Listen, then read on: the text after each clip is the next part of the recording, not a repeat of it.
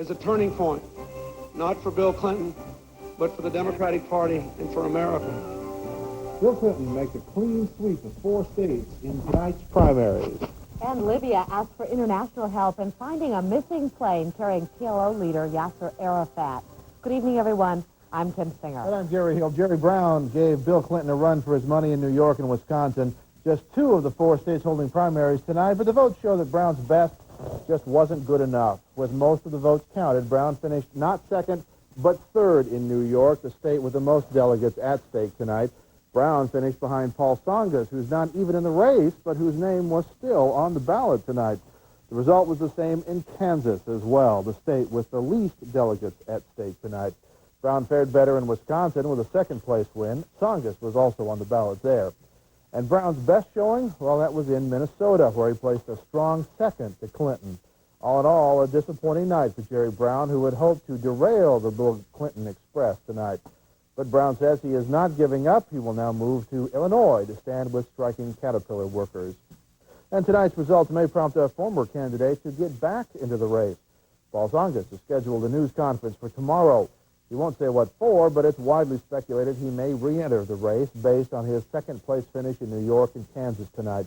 Presumably, Tsongas will have more financial support lined up this time. He quit last month because he ran out of money. Here in Oregon, local campaigns for Jerry Brown and Bill Clinton each still predict that their candidate will eventually come home with the Democratic Party's coveted presidential nomination. Patty McGuire, Clinton's Oregon campaign manager, director that is, says after tonight it's clear to see who the Democratic nominee is. He also says it's time for Democrats to focus on defeating Bush and not each other. But local Brown supporters say it's too early to throw in the towel. Scott Spahn, state coordinator with Oregon for Brown, says Jerry Brown is the people's choice for a brokered national convention. Clinton may have won, but the numbers are close. We're getting delegates. That's what counts. Tsongas picked up delegates, and the key is to keep Clinton from going over the top before the convention, because with Jerry's People's Movement, we're going to let the Democratic Party know that Jerry's the one to pick.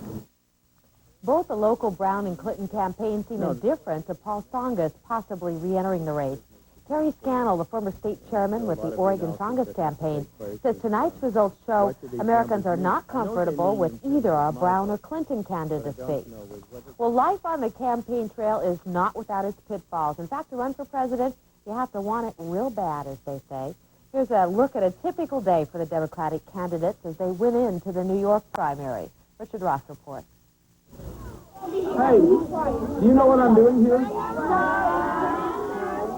At times, it seemed like all of New York City was wondering the same thing. Yes, the big city opened its arms for the Democratic candidate. Martin, all drug dealers are just the ones that contribute to your campaign. It always has something of the miraculous in it when the unexpected happens. And the unexpected has a way of happening now with a regularity. Whoa. What's so amazing is we're having all these big rallies and nobody's throwing anything. They're not yelling anymore.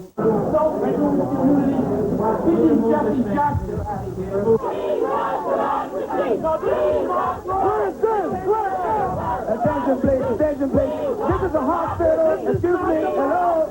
When in trouble, blame the media. You are the chaos and we are the order.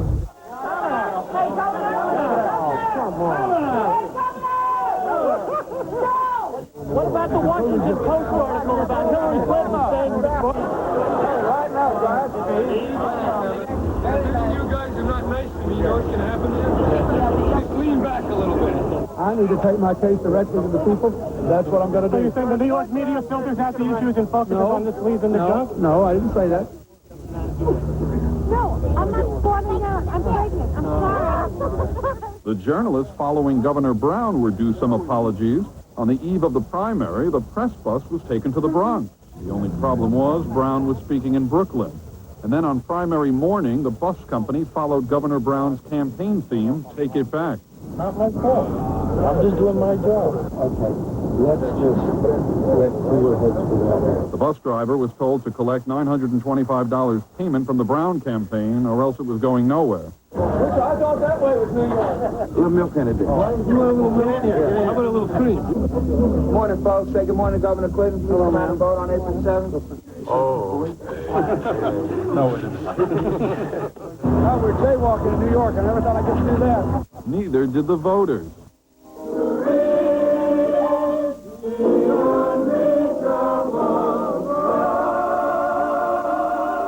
Richard Roth, CNN, New York.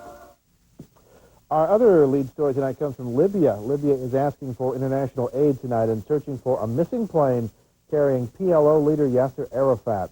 Arafat's plane disappeared in a sandstorm about 15 minutes before it was due to land in southern Libya. Civilian aviation authorities in Libya said they tracked Arafat's plane to within 70 miles of a village when it suddenly disappeared from their screens. Libyan authorities are asking for any and all help in mounting a search in the desert for that aircraft.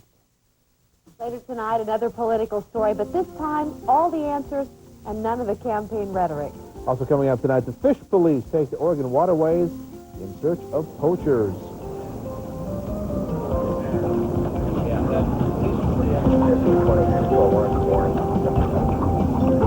The mother of 9 was attacked Sunday night with a baseball bat. One of her children faces charges in connection with that beating. Rosie Fiallo has the latest. I hurt everywhere. I'm real sore. Donna Barrow may never completely recover from the beating of her life. According to Washington County Sheriff's deputies, Barrow's 16-year-old daughter, her boyfriend, and another friend planned to kill her. This Beaverton mother says her daughter watched as she was brutally attacked with a baseball bat. He started hitting me just intense as he could, as hard as he could, just over and over and over. I just kept begging him, please don't kill me, please don't kill me, my babies. Just nothing seemed to stop him. My little girl, Keisha, ran next door and called 911. I think when George left the house, he thought I was dead. Barrow's daughter, Shavonda, is in custody here at Donald E. Long. So is 16-year-old Shane Sofer. According to the Washington County Sheriff's Department, both were arrested on juvenile charges of conspiracy to commit murder. 20-year-old George Turner is also in custody. He was arrested on charges of attempted murder 1 and assault 1. The beating allegedly happened Sunday night in Barrow's Beaverton home. According to investigators, the 3 attempted to make the baseball bat attack look like a robbery. Barrow says her daughter has been in trouble with the law before.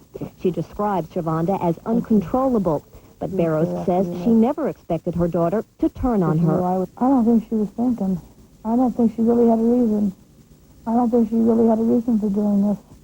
I mean, I got mad at her for not cleaning her room up and not doing her chores. But I didn't hit her or nothing. An outpouring of love from family and friends will help heal Barrow's wounds. She suffered 2 broken arms, a bruised knee, and head injuries. Barrow says she still loves her daughter, but says she never wants to see the troubled girl again. Rosie Fiallo, the 10 o'clock news. Opening arguments begin tomorrow in the case against Alvin Harold Brown. Now, he's charged with attempted aggravated murder, attempted rape, kidnapping, assault, robbery, and delivery of a controlled substance. Last fall, Brown allegedly pushed one prostitute from a moving car and then threw another over an overpass. Portland police say Brown is also a suspect in as many as 4 unsolved murders. Researchers at Oregon State University and at Oregon Health Sciences University bought animals from a Lebanon animal dealer, but said they had no way of knowing that the dogs or cats they purchased may have been illegally acquired from their original owners. Lynn County Sheriff arrested animal dealer David Stevens for alleged theft by deception and turned over 27 of the dogs and cats they found at his kennel to the Oregon Humane Society. Animal rights advocates and at least one former dog owner accused Stevens and his partners of acquiring animals from owners who wanted to give them up to free homes.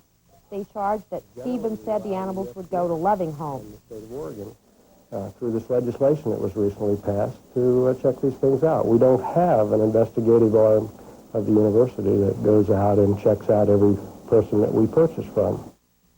Oregon State University has purchased some cats from the D&L kennels in Lebanon. Researchers there say animals used to be available from other sources for about $10 each, but the controversy over animal research, they say, has driven up the prices and encouraged an illegal market. The cost of dogs and cats are $300, and so it's become very lucrative for individuals to steal an animal and sell it to a dog dealer.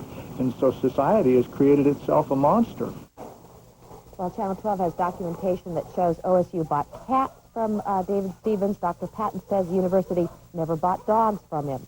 OHSU spokesmen say they stopped buying the dogs and cats last August when accusations about how Stevens was getting the animals were first made.